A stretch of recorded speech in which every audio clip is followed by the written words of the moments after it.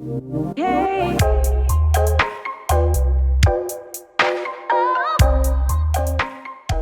Also, we do talk about poop on this podcast. Yes, I've talked about it a lot. So don't worry. This Literally is not TMI. Also, side note, the reason you're here is because these things shouldn't be TMI. Exactly. They should be known. People should know that this is the real life and this is what happens. And when you're able-bodied, you take a lot of shit for granted. Yes. A lot. Literal shit. Literal shit for granted. That was so good.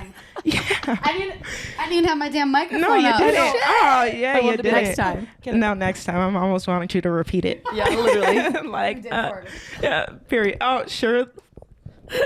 Right there. Right? Yeah, no, but honestly, it's mind-blowing because the stuff that I'm really, as I'm saying it out loud, a lot of people that I'm even super close to don't even know this is what I do in the morning. Like they'll be like, hey, you want to stay over tonight? And I'm like, no, I don't have my stuff, like my medical stuff for the morning. And they're like, oh, what?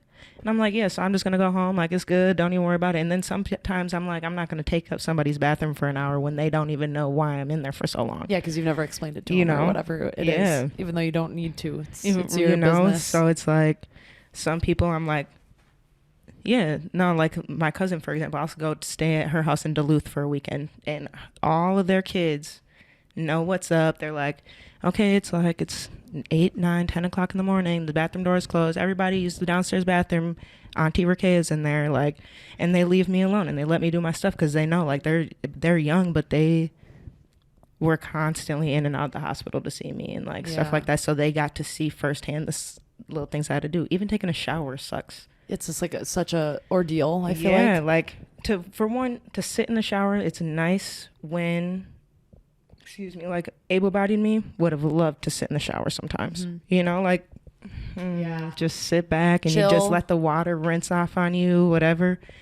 But it's not even like that these days. I'm like, they're fast because I don't like to be in there that long, but to have to transfer, these benches aren't always super secure, so I'm like trying not to slip and slide, you know, so I'm like constantly like on guard, like watching literally. and trying to make sure no crazy stuff happens while I'm in here. And I'm like, and then on top of that, showers are already, your like ears are hypersensitive to everything else because you guys seen it. Y'all have seen horror. In there. Yeah, y'all have seen horror movies. Oh yeah, you in the shower or something, that's when the stuff happens. I know, scary. Yeah. Literally, you're like, I'm stuck in here. You could come grab me in the curtain. That's all I'm saying. No, for real. I think about it. Please. I'm like, Can I ask you, and I don't want to interrupt in like in the part of your story, but what are the correct terms that people should be using when referencing somebody who is not able-bodied?